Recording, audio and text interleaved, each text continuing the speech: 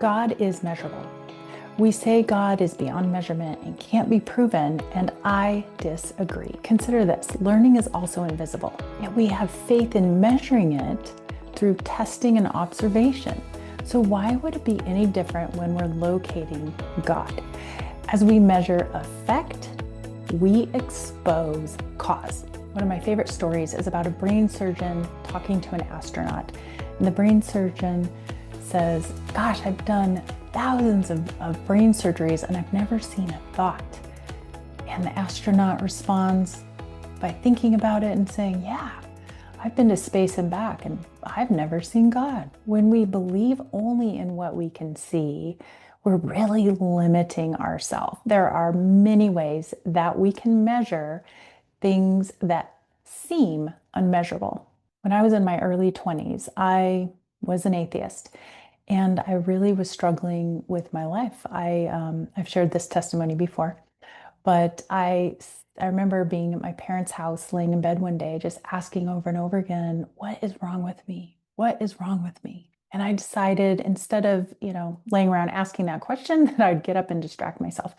Ended up walking into my mom's room. My mom has lots of bookshelves, like to the ceiling high, hundreds of books.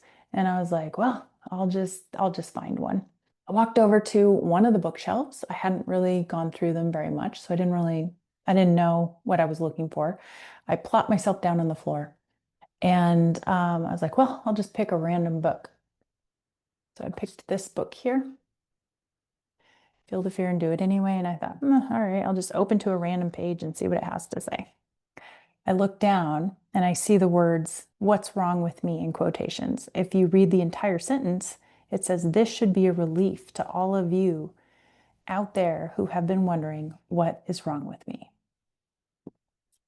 So that was my eye-opening, jaw-dropping moment in life. Because if you think about it, that moment, in the sequence that it occurred, defied probability more than once.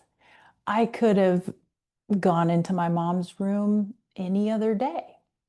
I could have picked any other shelf to plop down by. I could have picked any other book. I could have picked any of the hundreds of pages within this book, not to find the very page that said what it said.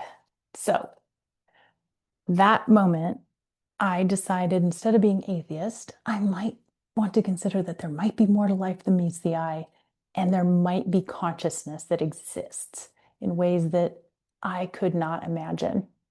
So that opened me up to searching. Then I wanted to know if, in fact, there is consciousness beyond this physical realm. What is it, and what's the truth about it?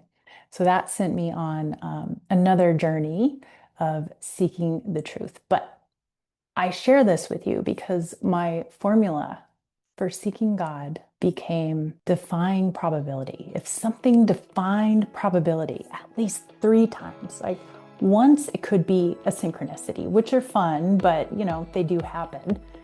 Twice, okay, you may want to pay attention, but 3 times indicates there needs to be some sort of intelligence behind it.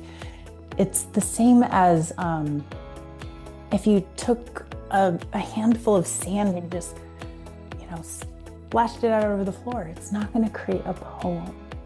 It's not going to write a poem, ever. No matter how many millions of years go by, it's just never going to happen, because we live in the physical world of relativity that is subject to chaos. So it takes something like an intelligence to take the sand and turn it into something. So those who say God is immeasurable, I say, I disagree.